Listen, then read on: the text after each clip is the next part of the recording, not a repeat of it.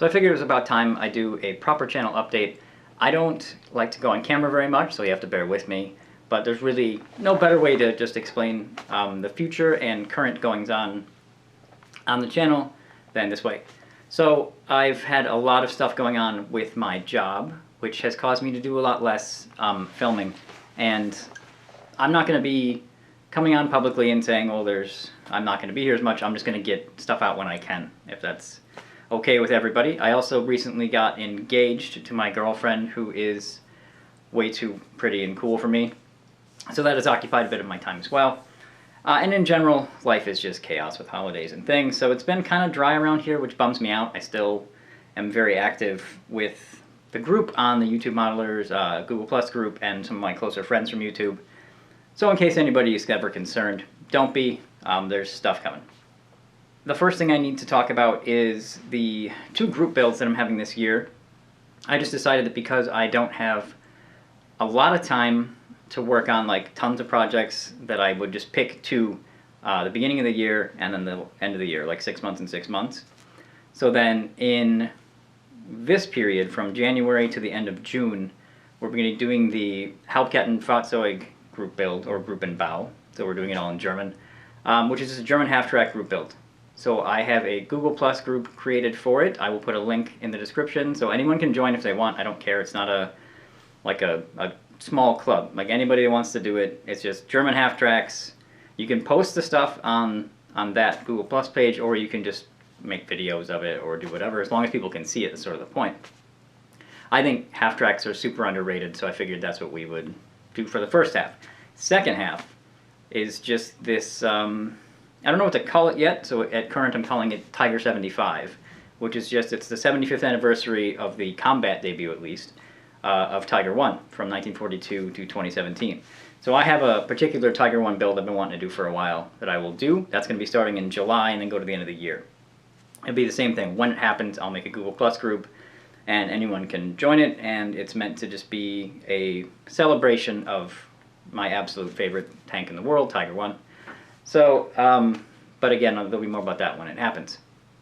I do still have a lot of reviews coming, so I did an inbox of the Stug 3E Farmerama that is mostly built and right behind me. And then I have, I think, the Jagdpanzer A0. I'll be doing an inbox of that like very shortly, this weekend if I can get time to do it. And then I have a new Ryefield Tiger back there too. I'm not buying nearly as much stuff, although there's still a ton of stuff I haven't reviewed yet. But there are still reviews, and I'm trying to make sure I stay as active with Armorama as I can, because that seems to be just an excellent place to be.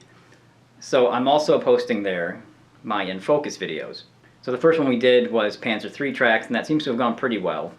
I think the second one will be even more successful or popular, because it's a subject that scale modelers can't seem to ever stop dealing with, which is tool clamps. So I even made a photo etch one-up myself, and I plan to do a few more, just so that I understand how they're all done. That's not for me at all. I'll be analyzing the plastic ones. I have tons of real ones, so I hope that's a very useful video for people. Also on that subject, I've got, like I've mentioned this before, but I've got like a shovel and wire cutters and C-clamp, just things that modelers put on tanks that I'll be bringing out the real one. Bringing up better, pictures of ones that are in better condition, because like my wire cutters is pretty rough, but I have tons of reference real ones. I think there's just some misconceptions there, and I think that style of rivet counting seems to be what I tend to excel doing, because it's not too pedantic, but it is very helpful, because some people ask the same questions that I did when I got into this, which is exactly what should that look like and how is that painted. I also plan to do one on RAL paint, because I have a lot of paint samples around with the stuff that I've been getting of real tanks. So there will be no like absolute saying this is right and this is wrong, in case I don't want to spoil that video for anyone, but it's been amazing with how much stuff that I've acquired of real German armor, how different all of the paint looks. It's kind of crazy. I also plan to do a series kind of the way that Tigers for Dummies started, which was that it spawned via people asking me questions online. So I just put it all into a video. I was like, this is the question. Answer the questions that you've been asking. So I'm actually going to call this series that I want to do Counting Rivets, which I've gotten a few people telling me that that's what I'm doing recently. And that one will just be any research that I've done on a particular topic. So let's say, for instance, I've been getting a lot of arguments on Facebook groups about Michael Wittmann a lot. Now, I'm not really as into him as some people are, but let's say his tank at Via Bocage, 212 versus 222. I have a ton of research that I've done, and I have an opinion, and I know why I have that opinion. So I plan to just lay that out in like a video format. Instead of, whenever anyone asks me, I'm always like, well, there's these threads on missing links, and there's these threads on Tiger in Focus, and you should go find those. Well, that's kind of not that helpful. Maybe they're not that good at Googling things. So things like that. So I plan to do, they'll be pretty, they won't be, giant videos, but just a thing like that tiger. Like here is the way that people look at this, and this is the research that's been done by different people, and this is the common conception. Also, perhaps things about like who killed Wittmann at Sinto. There's the British versus the Canadians. Now, I happen to think it's the Canadians, and a lot of very angry people on the internet think it's the British. I don't have a strong emotional opinion either way, but it's interesting to debate those things and talk about what is known and isn't known. So that's something that I want to try to do. A lot of this stems from not being able to have enough time to do these long, edited together build videos. Work is crazy. So I try to find ways that I can still maintain like an active back and forth with people, even when I'm not able to do tons of like painting and filming and stuff like that. So I will be doing a very, very large model show in July of this coming year at the World Model Expo in Chicago. Now, I will be there, and a lot of other people from YouTube and of just in general in the modeling industry will be there.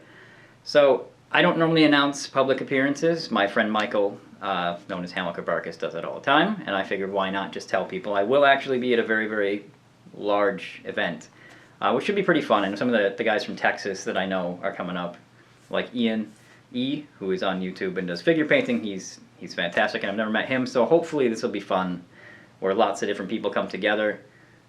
I've never been to a show like that. I have no idea what it's going to be like, and frankly, I find myself to be much more of a, well, as people call me, rivet counter tank fanatic than I am like a professional scale modeler, so I probably will feel a little out of my depth at that show. But if anyone else is going, and there are people that are in the Midwest or anywhere in the US or Europe, whatever, it'd be cool to see people there.